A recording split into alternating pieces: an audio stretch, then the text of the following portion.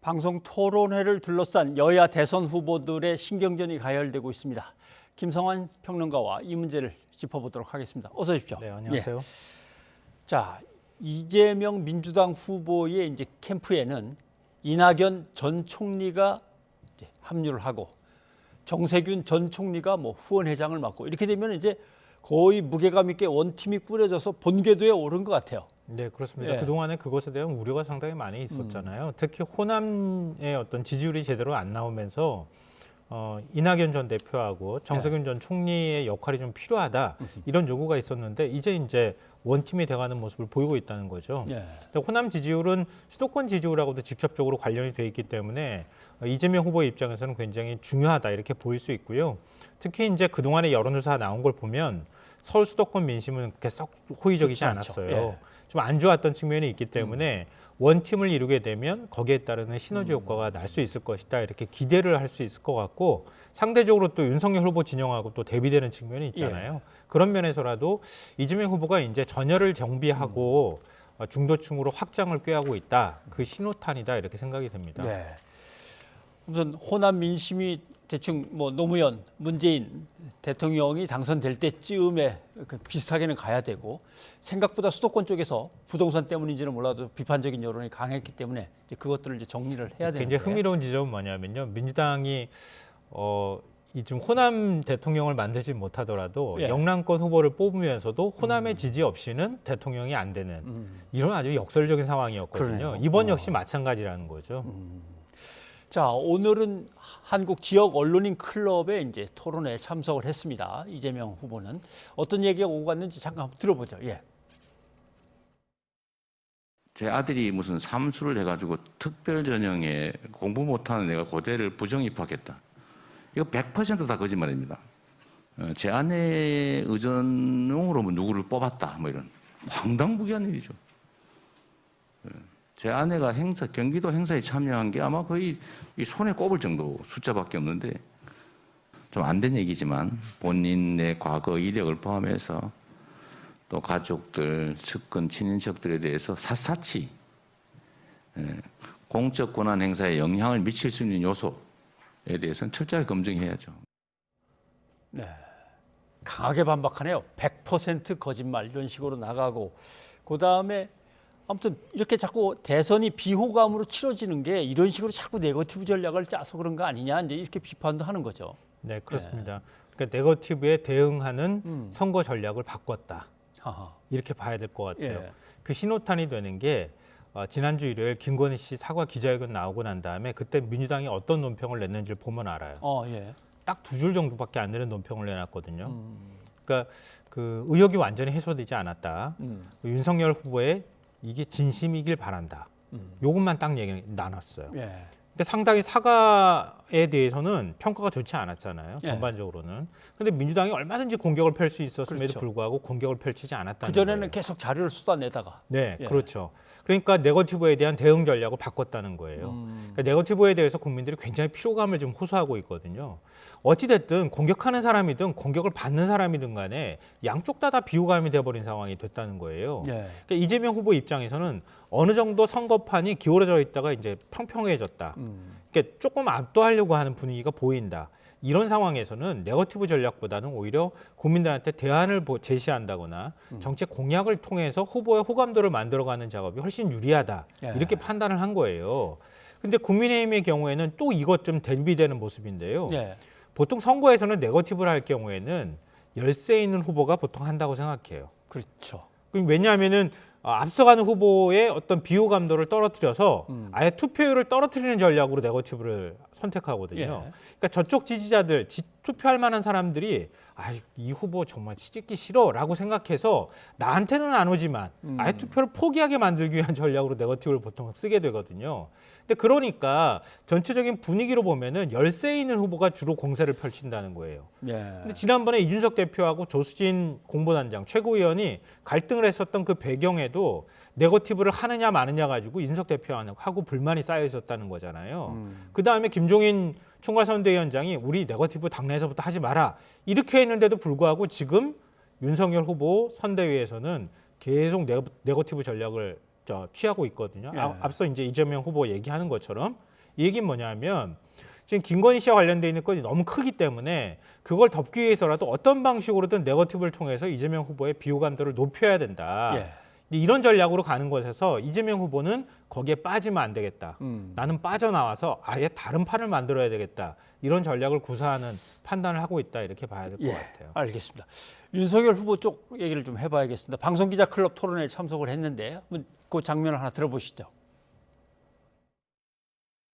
제가 그분을 뵙겠다고 찾아가는 것이 우리 박 대통령의 그 건강 회복에 과연 바람직하겠느냐. 그래서 지금은 우리 박근혜 전 대통령의 조속한 그 건강 회복을 바랄 뿐입니다. 그리고 전두환 발언에 대해서는 상대 당은 이재명 후보도 어떻게 보면 저보다 더 심한 얘기를 했습니다만은 민주당 후보가 그런 얘기를 했으면은 괜찮았을 텐데 국민의힘 후보가 그런 얘기를 하니까 그것이 아마 많은 호남인들의 그 트라우마를 건드리지 않았나 해서 그 부분에 대해서는 제가 깊이 사과를 드리는 것입니다. 네. 자, 박근혜 전 대통령이라고 하고 이제 전두환 발언 이렇게 해서 약간 뭔가 좀 정리를 해갖고 나온 듯한 느낌이 드는데 평가 저 정도 하면 되겠습니까? 발언은 저 정도 하면 되겠습니까? 박근혜 전 대통령 사면은 아무래도 윤석열 후보 지지층에 영향을 미치는 요인이 될 수 있거든요. 박 전 대통령을 구속시킨 당사자이기도 하기 때문에 어쩔 수 없이 저런 태도밖에 취할 수 없을 것이다 이렇게 생각하는데요. 이른바 전두환 옹호 발언과 관련해서 얘기한 부분은 저는 부적절했다고 봐요. 예. 왜냐하면 보통 국민들은 뭔가 잘못을 하거나 뭔가에 대해서 해명할 때 남 탓하는 거 제일 싫어해요. 아, 저 사람은 왜 가만두고 나만 그래 뭐 이런 뜻인가요? 예. 그러니까 뭔가 떳떳하지 못하거나 정당하지 못하고 수세에 몰린 것처럼 느껴지게 되거든요. 근데 한번 생각을 해보세요. 이재명 후보가 이른바 전두환 옹호 발언과 관련해서 만약에 적극적으로 옹호의 발언을 했다고 하면 호남 여론이 윤석열 후보한테 거세게 반발하는 여론이 쏟아졌던 것보다 아마 더 혹독했을걸요. 그럴 수도 있죠. 예. 근데 오히려 이재명 민주당 후보가 그렇게 얘기했으니 호남인들의 트라우마가 적게 생긴 것처럼 표현하는 것은 이건 자기의 발언이 오히려 좀 더 낫다. 이걸 비교 우위를 좀 만들기 위해서 하려고 하는 전략처럼 보이는데 별로 효과적이지 않은 발언들을 이렇게 하는 거라고 생각돼요. 예. 그러니까 오늘 김종인 총괄위원장도 얘기했던 것처럼 정치 정무적 감각이 떨어진다는 얘기가 자꾸 나오는 거예요. 굳이 뭐하러 저렇게 얘기합니까? 얘기할 필요 없는 거죠. 그때는 부적절했습니다. 네. 이렇게 하고 끝나서 호남에 계시는 분들한테 더 적극적으로 구애하고 좀 더 제 마음을 이해할 수 있도록 노력하겠습니다. 이러면 그냥 깔끔하게 끝나는 건데 오히려 뒷말을 막 남기면서 더 오히려 안 좋은 얘기가 나오게 만든다는 거예요. 이게 뭐 김건희 씨 문제 관련돼서 해명하거나 뭐 이거 관행이라고 얘기했다거나 이러면서 한 10일 동안 계속 혼란상이 벌어졌던 거하고도 무관치 않다고 예. 저는 생각해요. 자, 네거티브에서 어떻게 벗어날 거냐? 그건 뭐 정책 대결로 가면 되는 거죠. 근데 이제 정책 대결을 하게 되면 본격적인 토론회가 열려야 되는데 두 후보가 토론회 개최를 놓고 묘하게 신경전을 계속 벌이고 있어서 딱 어느 쪽을 갖다 참 편들기도 애매하지만 한번 그 장면 한번 보시죠, 뭐. 대선 후보의 토론은 선택 사항이 아니라 국민을 위한 의무 사항이다 이렇게 생각해 주시는 게 좋을 것 같습니다. 싫다고 안 하고 좋다고 할 수 있는 게 아니다. 결국은 특검을 안 하면 토론을 안 하겠다는 건 둘 다 안 하겠다 그런 뜻으로 보여지는데 국민에 대한 예의가 아니다 그런 생각이 듭니다. 이런 중범죄 그 확정적 거의 다른 변명의 여지가 없는 이런 후보와 국민들 앞에서 정해진 정도의 토론이 아니고 이거를 마치 미래 비전을 얘기하는 것으로서 물타기 하려는 이런 정치 공세적 토론 제의는 그걸 받아들인다는 것은 야당 후보로서 좀 취하기 어려운 태도이기 때문에 말씀을 드리는 것입니다. 자, 야당 후보로서 취하기 어려운 입장이다라고 하는 건데 아무튼 이재명 후보는 빨리 합시다라는 거고 윤석열 후보 입장은 대장동을 걸고 넘어지는 것 같아요. 그러니까 보통의 경우에는 이제 중앙선관위가 주최하는 토론은 3번이잖아요. 세 번, 예. 법상으로 그렇게 돼 있는 거고요. 나머지는 이제 보통의 경우에는 지상파가 주최해서 토론들을 이렇게 연속적으로 하는 이런 모습들이 보여지는데요. 지금 지상파에서 부글부글 끓고 있다는 거잖아요. 토론하자고 하는데 윤석열 후보가 안 나온다. 이런 얘기가 나오는 거거든요. 그러니까 이재명 후보 입장에서는 계속 토론하지 않는다고 하는 것은 그냥 토론을 못한다 이런 차원의 문제도 있지만 예. 윤석열 후보가 뭔가 자신 없는 것, 그러니까 준비되지 않은 대통령 이런 후보라고 하는 걸 끊임없이 부각하는 전략일 수 있거든요. 근데 윤석열 후보 입장에서는 그 전략이 다 보이잖아요. 그렇죠. 보이면 토론 나가면 돼요. 나가면요 이재명 후보가 막 공격을 했다고 치죠. 예. 윤석열 후보가 그거 적당히 잘 받아 넘겨주면 오히려 이재명 후보가 훨씬 불리해질 수 있어요. 과거 전례도 그래요. 한쪽에서 너무 지나치게 공격하잖아요. 그럼 오히려 동정 여론이 생겨요. 그럼 그걸 얼마든지 받아 쳐줄 수 있는 그게 어찌 보면 정치인으로서의 감각이자 능력일 수 있거든요. 예. 근데 애당초에 저 사람은 토론 상대가 안 돼. 그러니까 나 토론할 수 없어라고 하는 것은 왠지 수세적이고 뭔가 자신 없어 보이는 모습처럼 보이잖아요. 이게 과연 맞는 전략인지 잘 모르겠어요. 그러니까 충분히 준비해가지고 나오면 얼마든지 플러스 요인으로 만들 수 있는데 굳이 마이너스 될까 봐 걱정돼서 안 나온다. 이게 과연 국민들한테 얼마나 설득력 있는 태도인지는 잘 모르겠어요. 어쩌면 그런 것들을 준비를 잘 하려면 선대위가 빨리 자리를 잡고 뒤에서 조직적으로 밀어주면 되는 것이고 사실은 정권 교체 여론이 계속 높았기 때문에 말씀하신 대로 그런 거에 힘입어서 토론에서 좀만 분발을 해주면 되는 건데 근데 보통 뭐 한 몇십 회 하기도 했고 십몇 회, 한 20여 회 정도는 늘 했던 거기 때문에 지난 대선 때는 그렇죠. 17회 정도 지금 했다고 하잖아요. 예.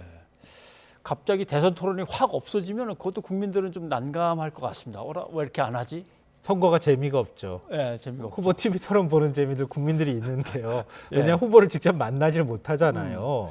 그 후보하고 악수할 만한 기회를 갖고 있는 사람들도 별로 많지 않고요. 늘 군중들의 휩싸여 있으니까. 그럼 TV 토론을 통해서 후보가 어떤 사람인지 궁금하니까 국민들이 보게 된다는 거죠. 예. 근데 보통 TV 토론이라는 게 효과면으로 보면요. 자기 지지층은 이미 마음의 결정을 내린 거예요. 그러니까 지지층보다는 지지하지 않는 사람들 예. 아니면은 누굴 찍을까 말까 걱정하는 사람들 이런 사람들한테 영향을 주는 측면이 있고요. 또 하나는 지지층 가운데에서도 예. 확실한 지지층이냐 아니냐 가지고 조금 갈려요. 그러니까 찍을까 말까? 내 이 후보 지금 지지하는데 라고 생각하는 사람들은 마음이 흔들린단 말이에요. TV 토론이. TV 토론의 역할은 딱 그만큼이에요. 예.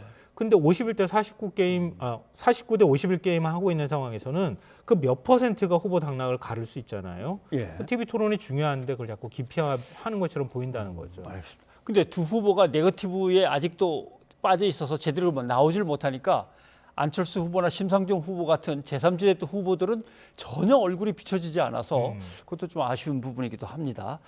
그런데 이제 윤석열 후보가 좀 위태위태한 이슈가 항상 국방과 외교 안보 쪽에서 약간씩 저까지 가도 되나라고 하는 게 있는데 이번에도 중국은 우리를 싫어하고 우리는 중국을 싫어하고 뭐 젊은 사람들 얘기를 했습니다만은 이것도 외교적으로는 좀 애매한 것 같습니다. 이렇게 대놓고 얘기할 대통령 후보로서의 발언은 좀 아닌 것 같기도 하고. 제가 자꾸 너무 부정적으로 말씀드리는 것 같다 이런 생각은 드는데요. 이제 뭐 논리상으로 먼저 윤석열 후보 발언을 소개해드리면요. 한미일 공조가 튼튼했을 때는 예. 그럴 때는 오히려 중국 사람들이나 우리도 중국에 대해서 호감을 갖고 있었는데 미중 간의 중간자 역할을 문재인 정부에서 해왔는데 예. 오히려 중국 사람도 한국 싫어하고 한국 사람도 중국 싫어한다. 이렇게 얘기한 거예요. 그 맥락이. 근데 한번 생각해 보세요. 한미일 공조가 튼튼했다고 하는 박근혜 정부 시절에 사드 배치했잖아요. 그렇죠. 그다음에 한한령 내리고 중국과 한국 관계가 거의 최악으로 치달았어요. 중국 사람들도 한국 막 무시하고 다 공격하는 일들이 벌어졌고요. 감정이 나빠진 거는 사드 배치 때문에 본격적으로 나빠졌고 오히려 최근에는 작년에도 아마 그 얘기 들으셨겠지만 시진핑 주석이 방한한다는 얘기가 나올 정도로 이제는 한한령 다 풀린다. 그리고 최근에도 지금 중국에서 한국 문화 콘텐츠에 대해서 문호 다시 개방하기 시작했다고 하잖아요. 그렇게 했는데 뭔가 앞뒤가 안 맞는 얘기를 하고 있는 거예요. 그럼 중국 사람이 한국 싫어한다고 얘기하는 근거가 뭐냐? 근거를 제시할 수 있어야 하잖아요. 신문에서 다 봤다. 이렇게 지금 얘기하고 있다는 거예요. 그러니까 대선 후보가 미리 준비되지 않은 발언을 지금 한 거예요. 예. 어찌 보면. 그러니까 이런 발언을 함으로써 한중간에 웬 사람들끼리 그러니까 외교 관계하고 국민들이 생각하는 이해는 다를 수 있는데 예. 마치 국민들이 증오하고 미워하는 것처럼 이렇게 얘기하는 것은 별로 썩 좋아 보이는 발언이 아닌데 왜 이런 발언들을 계속 내놓을까 이런 면에서 좀 아쉬워요. 뭐 이런 것들은 누가 옆에서 코치하고 발언을 할 만한 내용들을 가다듬는지 모르지만 조금씩 좀 약간 좀 진전이 있었으면 좋겠는데 아직은 위태위태합니다. 여론조사 얘기를 좀 해봐야 될 것 같습니다. 오늘 여론조사가 늘 나올 때 가장 이제 보수 유권자들 쪽에 기울어져 있는 여론조사가 이제 흔히 데일리한 여론조사 아닙니까? 거기서 이제 도덕성이 제일 안 좋은 후보는 누구냐? 이재명 후보다. 제목을 크게 뽑았습니다. 왜 이런 제목이 나왔나 이렇게 봤더니 지지율에서 윤석열 후보가 밀렸더구만요. 그러니까 항상 앞섰던 여론조사인데 그러니까 아마 제목을 그렇게 못 올렸던 것 같긴 한데 이건 국민의힘도 사실 지금 상당히 좀 초조할 겁니다. 제가 이 시간에 여러 차례 말씀드렸는데요. 여론조사는 조사 방법론에 따라서 결과가 달리 나올 수 있다고 말씀드렸잖아요. 전화면접 조사하고 ARS 자동응답 조사하고는 차이가 날 수 있다. 이거는 표집하는 방식에 따른 어떤 것이 그렇죠. 정확하다 아니다의 문제가 아니라 표집하는 방식에 따른 차이가 나타날 수 있다. 그러니까 전화 면접 조사는 아무래도 상대적으로 중도나 진보 쪽 성향의 표집이 조금 더 많이 될 가능성이 있고 ARS 조사는 보수 성향의 표집이 많이 된다. 네. 그러니까 그동안에 전화 면접 조사에서는 이재명 후보가 앞서는 것으로 나와도 ARS 조사에서는 윤석열 후보가 오히려 더 크게 그렇죠. 앞서는 것으로 예. 나오기도 했는데 이게 어느 지점에 하나로 수렴되는 현상이 지금 나타나고 있다는 거예요. 지금 ARS하고 전화 면접 모두에서 이재명 후보가 대체적으로 오차 범위 내에서 지금 더 높은 지지율이 나오는 현상이 보인다는 거죠. 이 얘기는 뭐냐면 전체적으로 여론이 한쪽으로 수렴되면서 지금 여론조사 편차가 줄어들고 있다는 얘기고 네. 그 얘기는 이재명 후보가 이제 앞서가기 시작했고 윤석열 후보가 많이 떨어졌다. 이렇게 객관적으로 평가할 수 있을 거예요. 예. 그러니까 만약에 여론조사 기관에서 조사할 때 여기에 대해서 이 여론조사 결과가 당혹스럽다고 한다 그러면 뭐 도덕적이지 않은 후보 이걸 뭐 제목으로 앞서 말씀하셨던 것처럼 뽑을 수는 있겠는데 근데 이재명 후보가 이 뭐랄까 비도덕적인 면들이 많다고 얘기하면 그러면 지지율도 이재명 후보가 떨어져야 되는데 왜 높게 나오겠습니까? 결국 비호감도 이런 측면에서 이재명 후보가 그 여론조사에서는 높게 나왔다고 하는데도 불구하고 윤석열 후보가 더 지지율은 낮게 나왔다고 하는 것은 여론조사를 했을 때에도 윤석열 후보한테 선뜻 표를 주지 못하는 층이 생겨나기 시작했다고 하는 점이니까 그건 역시 별로 좋은 시그널이 아니다 이렇게 봐야 되는 결국 거죠. 그러니까 지금쯤이면 사실 이준석 대표도 뭔가 좀 마음을 열었는지 어땠는지 모르지만 좀 열고 대화를 하고 다시 대표로서 뭔가 캠프에 들어가든 안 들어가든 좀 더 적극적인 역할을 하면서 팀을 하나로 지금 뭉쳐야 되지 않겠습니까? 오늘 분위기로 봐서는 예. 그런 분위기로 좀 갈 것 갈 같아요. 것 같아요. 예. 이준석 대표도 윤석열 후보가 원한다면 요청한다면 너 선대위 다시 들어가겠다 이런 입장 밝혔고요. 윤석열 후보도 뭐 평론가 얘기 언급하다가 뭐 그것도 아니라고 얘기하고 또 김종인 총괄위원장도 지금 경고 메시지를 던지기도 하고 예. 했거든요. 그러니까 오늘 뭐 초선 의원 총회도 한다고 얘기했다가 끝장 토론한다는 얘기 있다가 오늘 또 안 하기로 하기도 했고요.